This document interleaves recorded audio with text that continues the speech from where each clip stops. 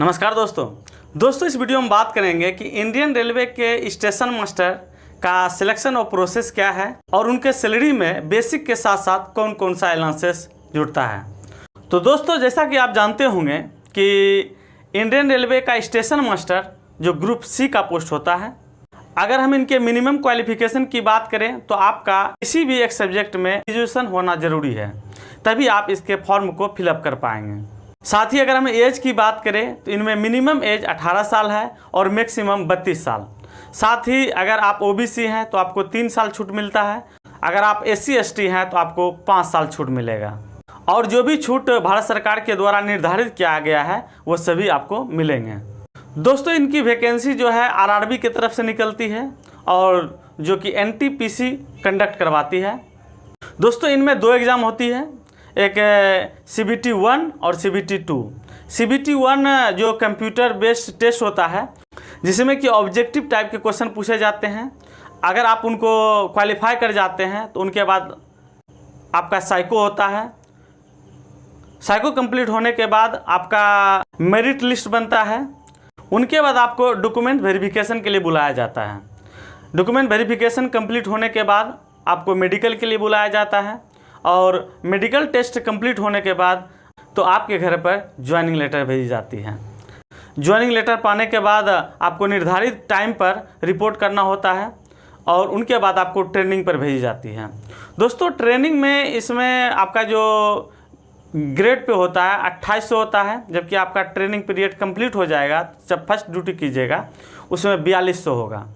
और अगर हम इसकी बेसिक की बात करें तो बेसिक इनका होता है 35,400 रुपया। दोस्तों हम आपको जो भी जानकारी दे रहे हैं वो सारे के सारे ऑथेंटिक है और एक मेरे प्रिय मित्र जो कि स्टेशन मास्टर हैं वो खुद पूरा डिटेल हमको बताएं और इन डिटेल को आप लोगों के सामने हम प्रस्तुत कर रहे हैं। इसमें कोई भी मिलावट नहीं है, ना आप लोगों को ज़्यादा दिखाने का हम प्रयास करेंगे और हम अपने चैनल पे जो भी कंटेंट प्रोवाइड करते हैं वो सारे के सारे ऑथेंटिक होते हैं। हाँ, ये हो सकता है कि अगर किसी का बेसिक ज़्यादा है तो आपका सैलरी ज़्यादा हो सकता है, अगर किसी का बेसिक कम है तो आपका सैलरी कम भी हो सकता है, अगर ओवर टाइम ज़्यादा या कम हो तो सैलरी में भी अंतर हो सकता है। सो हम प्रयास करते हैं कि आपको 100% ऑथेंटिक जो सैलरी होता है वो दिखाने का प्रयास करते हैं। तो दोस्तों चलते हैं टॉपिक पर। तो दोस्तों उनको बेसिक के साथ साथ पहला जो है उनको DA मिलता है, उनके बाद जो कि डियरनेस अलाउंस कहा जाता है, महंगाई भत्ता जो हर 6 महीने पर बढ़ता है। साथ ही HRA जो हाउस रेंट अलाउंस होता है और जो घर के किराए के लिए दिया जाता है वो 3 टाइप्स के होते हैं, X Y Z। X metro city के लिए होता है, Y नॉन मेट्रो सिटी के लिए होता है और Z जो स्टेशन गांव से जुड़ा हुआ है। साथ ही इनको ट्रांसपोर्ट अलाउंस दिया जाता है, घर से ड्यूटी पर आने और जाने के लिए जो आपका ट्रांसपोर्ट यानी किराया खर्च होता है या अपनी गाड़ी में तेल जलाते हैं उनका पैसा मिलता है। दोस्तों जैसा कि आप जानते हैं चाहे दिन हो या रात भारतीय रेल हमेशा जो है इनकी चक्का चलते रहती है। सो जो रात में ड्यूटी करते हैं नाइट ड्यूटी, उनको नाइट ड्यूटी अलाउंस अलग से दिया जाता है। साथ ही ट्रेवलिंग अलाउंस यानी आप अपने जो हेडक्वार्टर है अपने हेडक्वार्टर से 8 किलोमीटर दूर अगर जाकर दूसरे स्टेशन में ड्यूटी करते हैं तो उनका जो है अलाउंसेस अलग से मिलता है। साथ ही अगर आप पर्व त्यौहार यानी कोई नेशनल हॉलीडे में ड्यूटी करते हैं तो नेशनल हॉलीडे का अलग से जो आपका अलाउंसेस दिया जाता है। साथ ही अगर आपका ओवर टाइम ड्यूटी होता है तो ओवर टाइम के लिए अलग से उनको पैसा मिलता है। तो दोस्तों सभी को हम एक एक करके बताते हैं, उनको पूरा ध्यान से देखिएगा। दोस्तों सबसे पहला है बेसिक। बेसिक इनका होता है 35,400। जैसे ही आप फर्स्ट ड्यूटी कीजिएगा ट्रेनिंग के बाद तो आपका बेसिक हो जाएगा 35,400।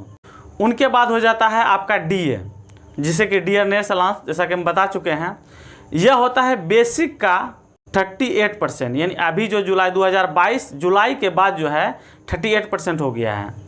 तो इस तरह से बेसिक का 38% अगर हम कैलकुलेट करते हैं 13,452 रुपया होता है। दोस्तों उनके बाद है HRA हाउस रेंट अलाउंस। जैसा कि आपको बता चुके हैं, यदि आप दिल्ली में रह रहे हैं या मुंबई में रह रहे हैं या हैदराबाद में रह रहे हैं या तो कलकत्ता में रह रहे हैं, नहीं जो आप अगर मेट्रो सिटी में रह रहे हैं, इस तरह के सिटी में रह रहे हैं, तो आपको बेसिक का 27% मिलता है।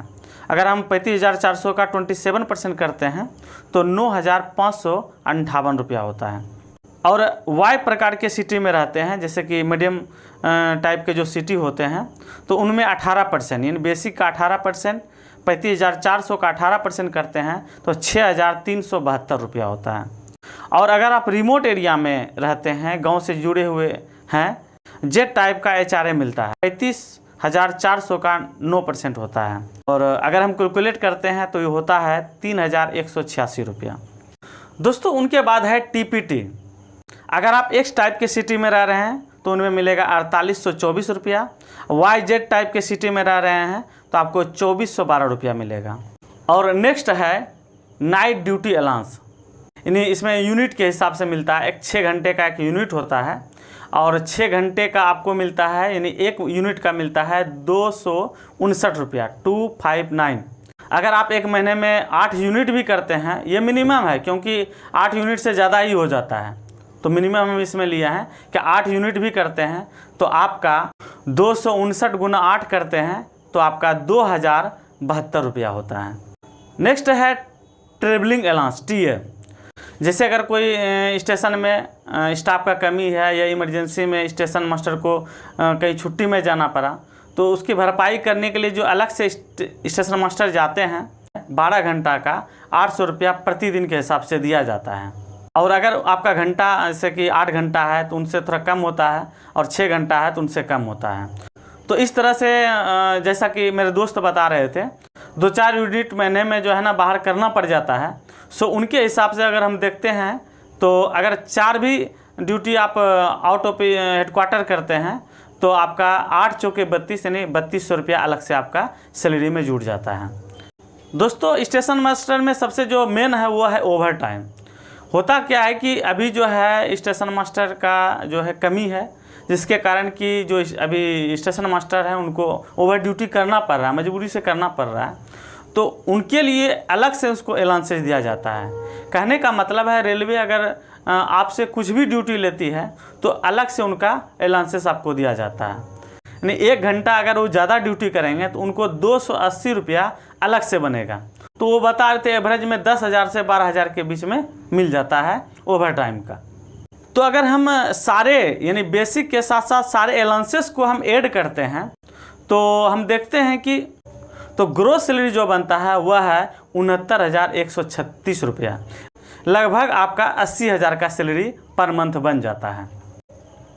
दोस्तों इसमें से कुछ डिडक्शन होता है, जैसे कि रेलवे एम्प्लॉयमेंट इंश्योरेंस में 30 रुपया, NPS में 5,347 रुपया, और स्टेट टैक्स ने प्रोफेशनल टैक्स लगता है जो कि 200 रुपया।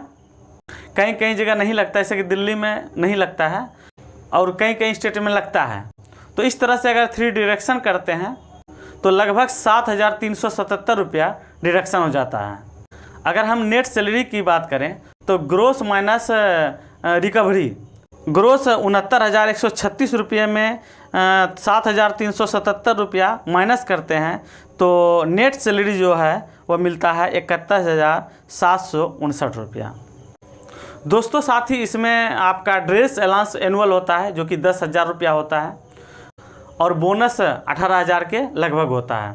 ये एनुअल होता है जो कि हर वर्ष सभी स्टाफ को मिलता है। तो दोस्तों इंडियन रेलवे के स्टेशन मास्टर का सैलरी आपको कैसा लगा आप हमें कमेंट बॉक्स में ज़रूर बताइएगा। और अभी तक चैनल को सब्सक्राइब नहीं किए हैं तो जाते जाते चैनल को सब्सक्राइब कर लीजिए।